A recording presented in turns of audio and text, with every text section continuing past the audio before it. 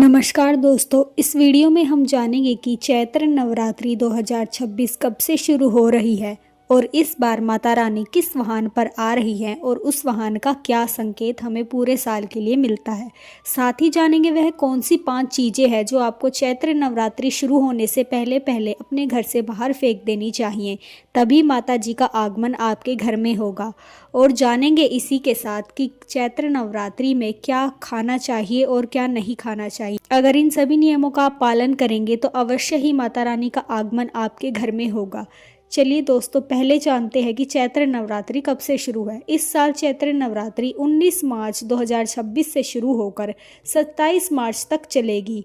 इसके साथ ही हिंदू नववर्ष विक्रम संवत 2083 भी प्रारंभ होगा। दोस्तों, जानते हैं इस बार माँ दुर्गा का वाहन क्या रहने वाला है। इस नवरात्रि में माँ दुर्गा का आगमन डोली यानी कि पालकी पर होने का संकेत है, जो कुछ चुनौतियों का भी प्रतीक माना जाता है। आइए विस्तार से जानते हैं इस पर वाहन का मतलब। इस वर्ष माँ दुर्गा पालकी पर सवार होकर आएंगी। देवी भागवत में डोली के आगमन पर डोलियानम मरणम ध्रुवम कहा गया है, जो जन हानि, रक्तपात या सामाजिक राजनीतिक उथल पुथल का संकेत देता है। यह महामारी या संघर्ष का भी प्रतीक माना जाता है। हालांकि भक्तों की श्रद्धा से माँ की कृपा बनी रहती है और वाहन के अनुसार अगले 6 महीने की स्थिति का अनुमान इसी तरीके से लगाया जाता है। चैत्र नवरात्रि न केवल माँ दुर्गा की उपासना है, बल्कि नए साल की शुरुआत, आत्मशुद्धि और सकारात्मक ऊर्जा का भी अवसर है। व्रत, पूजा और दान से आप नकारात्मकता से दूर रह सकते हैं। इस वर्ष डोली पर आगमन के बावजूद भक्ति और अनुशासन से माँ दुर्गा प्रसन्न हो सकती है। चलिए दोस्तों, अब जान लेते हैं कि चैत्र नवरात्रि से पहले वह कौन सी 5 चीजें हैं जो आपको अपने घर से निकाल देनी चाहिए। पहला, खंडित मूर्तियां, फटे हुए धार्मिक चित्र। अक्सर हम अनजाने में घर के मंदिर में ऐसी मूर्तियां रख लेते हैं जो कहीं से खंडित होती है, या देवी देवताओं के चित्र जो कि फटे हुए होते हैं।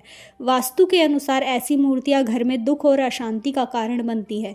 नवरात्रि शुरू होने से पहले इन्हें पूरे सम्मान के साथ किसी पवित्र नदी में प्रवाहित कर दे, या आप पीपल के पेड़ के नीचे भी रखकर आ सकते हैं।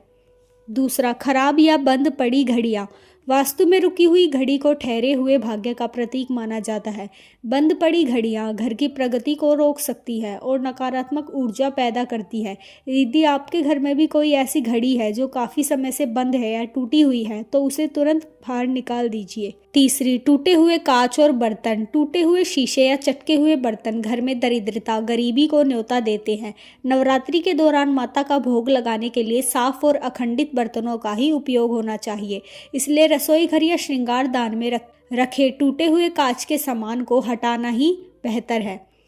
चौथा, फटे पुराने जूते और चप्पल। वास्तुशास्त्र के अनुसार घर के मुख्य द्वार या अलमारी के नीचे रखे फटे पुराने जूते चप्पल नकारात्मक ऊर्जा का सबसे बड़ा स्रोत होता है। यह शनि दोष का भी कारण बन सकता है। नवरात्रि से पहले घर के कोनों की सफाई करें और जो जूते उपयोग में नहीं लेने हैं उन्हें हटा दें, ताकि सकारात्मक ऊर्जा का प्रवाह आपके घर में हो सके। 5वीं चीज, कबाड़ और बेकार का सामान। घर की छत या स्टोर रूम में रखा पुराना कबाड़, जंग लगा लोहा या रद्दी कागज मानसिक तनाव का कारण बनते हैं। माता अम्बे की कृपा पाने के लिए घर के वातावरण को हल्का और खुला रखना बेहद ही जरूरी है। कबाड़ हटाने से घर में प्राण ऊर्जा का संचार बढ़ता है और आर्थिक तंगी भी दूर होती है। चलिए दोस्तों, अब जान लेते हैं चैत्र नवरात्रि में आपको क्या खाना चाहिए और क्या नहीं खाना चाहिए। सबसे पहले जान लेते हैं कि नवरात्र व्रत के दौरान आपको क्या चीजें हैं जो बिल्कुल भी नहीं खानी चाहिए। हिंदू धर्म में चैत्र नवरात्रि का विशेष महत्व है। नवरात्रि के दौरान कई भक्त व्रत रखते हैं। ऐसे में अगर आप भी व्रत से नवरात्र की शुरुआत कर रहे हैं तो गेहूं और चावल जैसी हर रोज खाए जाने वाले अनाज से परहेज करें। आप इस दौरान समा का चावल खा सकते हैं। नवरात्र के दौरान तामसिक खाने जैसे प्याज और लहसुन डले खाने को भी नहीं खाना चाहिए। 9 दिन के दौरान सात्विक खाना ही बेहतर है। मांसाहारी भोजन जैसे चिकन, मटन, मछली, अंडा आदि का भी सेवन पूरी तरह वर्जित माना गया है। इसका सेवन तो भूल कर भी नहीं करना चाहिए। चलिए जान लेते हैं इस दौरान आप कौन सी चीजें हैं जो खा सकते हैं। नवरात्र व्रत के दौरान आप समा के चावल को खा सकते हैं। इस चावल को व्रत के चावल नाम से भी जाना जाता है। आप अनाज में कुट्टू का आटा या फिर साबूदाना खा सकते हैं। इसको खाने से व्रत के दौरान भी शरीर में एनर्जी बनी रहती है। अगर आप सब्जी खाने का सोच रहे हो तो आप आलू, शकरकंद, खीरा इत्यादि ऐसी सब्जियों को खा सकते हैं। आप आलू और शकरकंद को दही के साथ भी खा सकते हैं। दूध और डेयरी प्रोडक्ट, आप व्रत के दौरान दूध, दही, पनीर को भी खा सकते हैं। इसमें प्रोटीन की भी अच्छी मात्रा होती है। साथ ही फ्रूट्स और ड्राई फ्रूट्स भी व्रत में खाना बेहतर माना गया है। इसी के साथ आप सेब, केला, पपीता, अनार, अंगूर, काजू, बादाम, अखरोट, किशमिश, मखाना, मूंगफली इत्यादि इन चीज़ों को भी खा सकते हैं। तो दोस्तों, यह थी चैत्र नवरात्रि की महत्वपूर्ण जानकारी। आपको यह वीडियो कैसा लगा हमें कमेंट करके ज़रूर बताएं और हमारे चैनल को सब्सक्राइब कर लें। धन्यवाद।